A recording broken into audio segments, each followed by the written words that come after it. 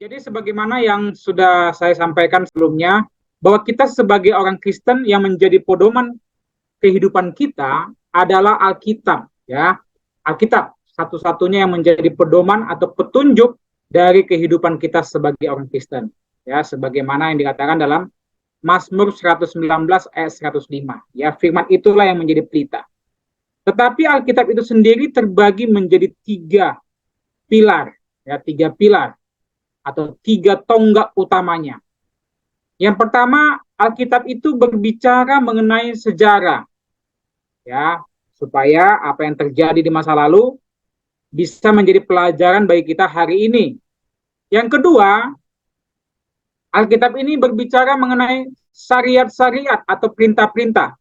Itulah sebabnya ketika masalah pernikahan, ya, masalah pertemanan, makanan umat Tuhan, ya kan, masalah kehidupan sosial dan lain sebagainya, itu kita ambil petunjuknya dari firman Tuhan, dari Alkitab, ya kan. Jadi Alkitab itu berisikan salah satunya adalah syariat-syariat atau perintah-perintah yang menjadi petunjuk bagi kita sebagai umat Tuhan yang hidup hari ini. Yang ketiga adalah nubuatan atau rahasia, ya, yang akan terjadi di depan. Nah, dalam bahasa lambang, bahasa nubuatan, bahasa simbol, kan begitu ya.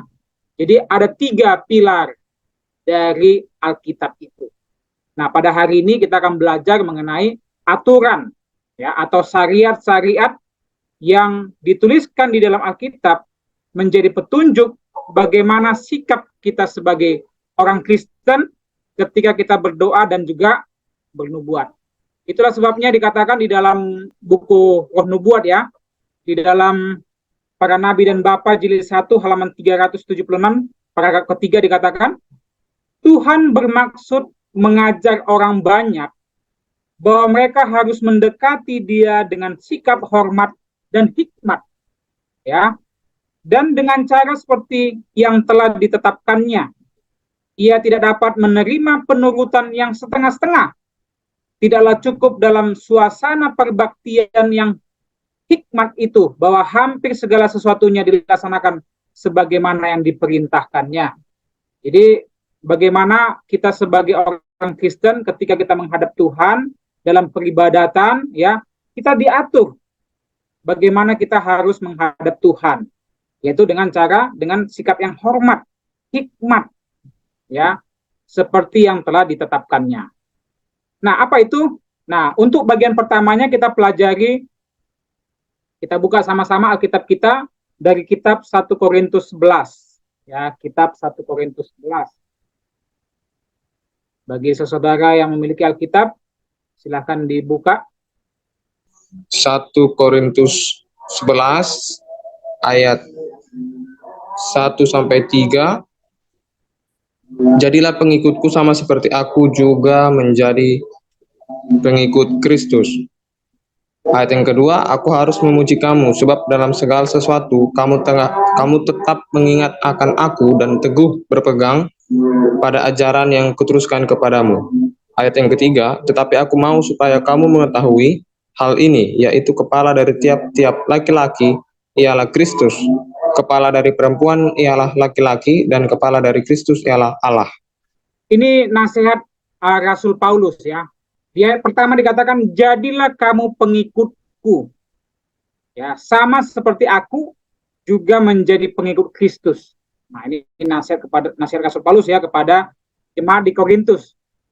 Lalu di ayat 2 dikatakan, aku harus memuji kamu, kata Paulus kepada jemaat di Korintus itu, ya, sebab dalam segala sesuatu kamu tetap mengingat akan aku dan teguh berpegang kepada ajaran yang kuteruskan kepadamu. Jadi Rasul Paulus sebagai rasul, ya, yang membawakan pesan dari Kristus, dari Tuhan, ya, menyampaikan suatu pesan itu kepada jemaat di Korintus, salah satunya ketika itu, ya. Dan dia mengatakan, saya harus memuji kamu, katanya. Kenapa? Karena dalam segala sesuatu kamu tetap mengingat akan aku dan teguh berpegang kepada ajaran yang telah kuajarkan kepadamu, kata Rasul Paulus, ya. Tetapi, katanya, di ayat 3, ya, Tetapi aku mau, katanya, supaya kamu mengetahui hal ini. Jadi ada satu hal lagi pesan yang mau disampaikan oleh Rasul Paulus kepada jemaat di Korintus ketika itu. Apa itu dikatakan? Yaitu kepala dari tiap laki-laki ialah Kristus. Kepala dari perempuan ialah laki-laki. Dan kepala daripada Kristus ialah Allah. Ini dia ya. Yang pertama, bahwa kepala dari laki-laki ialah Kristus. Kepala dari perempuan ialah laki-laki. Dan kepala daripada Kristus ialah Allah. Jadi sudah tahu kita urutannya ya. Oke, untuk itu selanjutnya kita lihat ya di dalam ayat 4 sampai 7 ya. Kalau seorang laki-laki pada waktu berdoa atau pada waktu menyampaikan berita dari Allah di hadapan banyak orang memakai tutup kepala, maka orang itu menghina Kristus. Ayat 5. Dan kalau seorang wanita pada waktu berdoa atau pada waktu menyampaikan berita dari Allah di hadapan banyak orang tidak memakai tutup kepala, maka wanita itu menghina suaminya yang menjadi kepala atas dirinya. Itu sama saja seolah-olah kepala wanita itu sudah dicukur. Ayat 6. Sebab kalau seorang wanita tidak mau memakai tutup kepala, lebih baik rambutnya digunting. Tetapi kalau seorang wanita dicukur kepalanya atau digunting rambutnya, maka itu suatu penghinaan bagi dia. Oleh sebab itu, lebih baik ia memakai tutup kepala. Ayat 7. Laki-laki tidak perlu memakai tutup kepala sebab ia mencerminkan pribadi dan kebesaran Allah, tetapi wanita mencerminkan kebesaran laki-laki. Amin. Amin. Ya. Mari kita lihat poin ya yang Kristus sampaikan. Di dalam ayat 4 dikatakan. Tadi urutannya sudah kita tahu tadi ya. Di ayat 3 tadi sudah diberitahukan bagaimana urutannya. Kepala daripada laki-laki adalah Kristus. Kepala daripada perempuan adalah laki-laki. Dan kepala daripada Kristus adalah Bapaknya. Ya, oke. Ayat 4 dikatakan, tiap-tiap laki-laki yang berdoa, dalam bahasa Inggrisnya praying ya, atau bernubuat dengan kepala yang bertudung, menghina kepalanya. Jadi artinya laki-laki ketika dia berdoa tidak boleh dia menutupi kepalanya, ya memakai di atas kepalanya, karena dia akan menjadi menutupi kemuliaan, menutupi Kristus ya, menggambarkan Kristus ya, menutupi kepalanya ya, yaitu Kristus. Ya tadi dikatakan di dalam ayat 3 tadi ya. Nah di dalam sini. Kepala daripada tiap laki-laki ialah Kristus. Kepala daripada perempuan ialah laki-laki, dan kepala dari Kristus ialah Allah. Jadi kalau laki-laki itu mengenakan penutup kepala, maka dia menutupi Kristus artinya ya. Tetapi laki-laki yang berdoa atau bernubuat dengan kepala yang bertudung, dalam bahasa Inggrisnya dikatakan head covered ya, pakai penutup kepala, maka dia menghina kepalanya katanya, yaitu Kristus ya. Tetapi sebaliknya, perempuan yang berdoa atau bernubuat dengan kepala yang tidak bertudung, head uncovered, menghina kepalanya. Nah, kita melihat di sini ya. Jadi kalau laki-laki dia tidak boleh pakai penutup kepala, tetapi kalau perempuan dia harus memakai penutup kepala. Oke. Nah, kenapa? Sebab ia sama dengan perempuan yang dicukur rambutnya. Kalau perempuan dia tidak memakai penutup kepala, maka itu sama dengan dia mencukur rambutnya katanya. Atau sampai gundul kepalanya, rambutnya sudah habis gitu ya. Jadi menghina kepalanya. Sebab ia sama dengan perempuan yang dicukur rambutnya. Sebab jika perempuan tidak mau menudungi kepalanya, be not covered, maka haruslah ia juga menggunting rambutnya. Tetapi jika bagi perempuan adalah penghinaan bahwa rambutnya digunting atau dicukur, maka ia harus menudungi kepalanya. Jadi poinnya di sini, bahwa perempuan yang ada di zamannya Rasul Paulus itu, mereka itu ya sebagaimana perempuan pada umumnya ya, pada alaminya, yaitu berambut panjang, gitu ya, memiliki rambut yang panjang, maka itulah harus ditutupi kepalanya.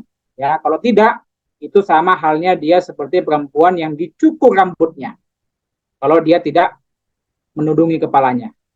Tetapi karena seorang perempuan hina dia kalau dicukur rambutnya, ya, maka sebab itu dia harus apa? Menggunakan penutup kepala, ya. Atau dikatakan di sini head covered, ya, bertudung. Tetapi jika perempuan adalah penghinaan bahwa rambutnya digunting atau dicukur, maka haruslah ia menudungi kepalanya. Sebab laki-laki tidak perlu menudungi kepalanya. Karena apa? Karena laki-laki menyinarkan gambaran dan kemuliaan Allah. Tetapi perempuan menyinarkan kemuliaan laki-laki. Ya. Jadi itu dia poinnya. Oke, kita lanjutkan lagi. Di ayat 8 sampai 10. Ayat 8, Sampai 10. sebab laki-laki tidak dijadikan dari wanita, wanita lah yang dijadikan dari laki-laki. Ayat 9, laki-laki tidak pula dijadikan untuk kepentingan wanita, melainkan wanita dijadikan untuk kepentingan laki-laki. Ayat 10, sebab itu untuk menyenangkan para malaikat, seorang wanita harus memakai tutup kepala sebagai tanda bahwa ia di bawah kekuasaan suaminya. Amin. Wah, ini bahasa Malaysianya lebih jelas lagi ya. Sebab katanya laki-laki tidak berasal daripada perempuan, tetapi perempuan berasal dari laki-laki. Itu dari tulang rusuknya ya. Dan laki-laki tidak diciptakan karena perempuan, tetapi perempuan diciptakan karena laki-laki. Oleh sebab itu, perempuan harus memakai tanda wibawa. Jadi penudung tadi itu dikatakan adalah tanda wibawa. Ya. Atau dalam bahasa Inggrisnya disebutkan power on. Ya. Tanda wibawa yang dimiliki oleh perempuan. Dia harus kenakan di kepalanya oleh karena para malaikat. Ya, jadi ada sesuatu yang harus digunakan. Oke? Maka berikutnya kita baca ayat 11 sampai 12. 1 Korintus 11 ayat 11 sampai 12. Ya. Namun demikian dalam Tuhan tidak ada perempuan tanpa laki-laki dan tidak ada laki-laki tanpa perempuan. Sebab sama seperti perempuan berasal dari laki-laki, demikian pula laki-laki dilahirkan oleh perempuan, dan segala sesuatu berasal dari Allah. Ya, jadi di sini Rasul Paulus bukan sedang bukan sedang membeda-bedakan antara laki-laki dan perempuan itu lebih tinggi di hadapan Tuhan, bukan ya, bukan itu poinnya. Ya, tetapi ini hanya berbicara ketika kita datang hadap Tuhan, ketika kita berdoa dan bernubuat. Ya, jadi Rasul Paulus di sini bukan sedang membedakan perempuan itu lebih layak di hadapan Tuhan, bukan ya. Ya.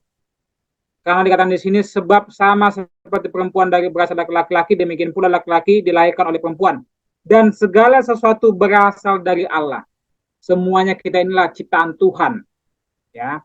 Jadi Tuhan di sini bukan sedang membeda-bedakan, bukan sedang merendahkan yang satu dan meninggikan yang lain, bukan ya.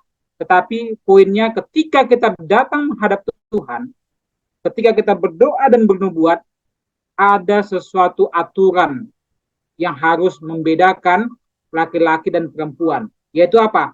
Tanda wibawa. Laki-laki tidak boleh memakai penutup kepala, tetapi perempuan harus memakai penudung atau tanda wibawa di kepalanya. Oke? Nah, oleh sebab itu, di ayat 13 dikatakan, ya setelah Rasul Paulus sudah menjelaskan, di ayat 13 ditekankan oleh Rasul Paulus. Pertimbangkanlah, katanya saudara-saudara, patutkah perempuan berdoa kepada Allah dengan kepala yang tidak bertudung atau mengenakan tanda wibawa? Maka pertimbangkanlah sendiri, katanya. Patutkah perempuan berdoa kepada Allah dengan kepala yang tidak bertudung? Karena tadi di ayat sebelumnya tadi dikatakannya, di ayat 4 dikatakan, ya, di ayat 5 ya, tiap perempuan yang berdoa atau bernubuat dengan kepala yang tidak bertudung menghina kepalanya, ya, yaitu Kristus, sebab ia sama seperti perempuan yang dicukur oleh rambutnya. Maka ketika pertanyaan ini disampaikan oleh Rasul Paulus, jawabannya sebenarnya adalah tidak patut ya. Jadi seorang perempuan ketika berdoa dan bernubuat tidak patut ya dia berdoa dan bernubuat dengan tidak menggunakan tanda wibawa atau bertudung. Nah, disinilah perbedaannya. Ya, inilah yang sering menjadi ayat yang susah dipahami oleh saudara-saudara kita ya. Ketika disampaikan, inilah yang menjadi poin yang harus kita mengerti dengan tepat. Ya. Setelah tadi kita sudah baca dari ayat 1 sampai ayat 13, di ayat 13 ditekankan patutkah perempuan berdoa kepada Allah dengan kepala yang tidak bertudung? Maka di ayat 14 Rasul Paulus menjelaskan, ya. Di ayat 14 sampai 16 dikatakan, bukankah alam sendiri menyatakan kepadamu? Jadi ayat 14 sampai 16 ini Rasul Paulus sedang menjelaskan secara alaminya laki-laki dan perempuan. Ya. Nah, bagaimana secara alaminya laki-laki dan perempuan? Bahwa adalah kehinaan bagi laki-laki jika ia berambut panjang. Jadi kalau laki-laki punya rambut panjang seperti perempuan, itu dia hina dilihat orang. Tetapi bahwa adalah kehormatan bagi perempuan jika ia berambut panjang. Itu secara alaminya seperti itu ya. Laki-laki kalau berambut panjang dia hina. Orang lihatnya agak kurang pas gitu ya. Nggak layak begitu ya. Tapi kalau perempuan dia nggak berambut panjang, dia pendek rambutnya, tidak layak juga. Ya, karena apabila perempuan berambut panjang, itulah kehormatan bagi seorang perempuan. Ya, itulah alaminya perempuan harus berambut panjang. Tetapi laki-laki tidak boleh berambut panjang karena dia menjadi hina.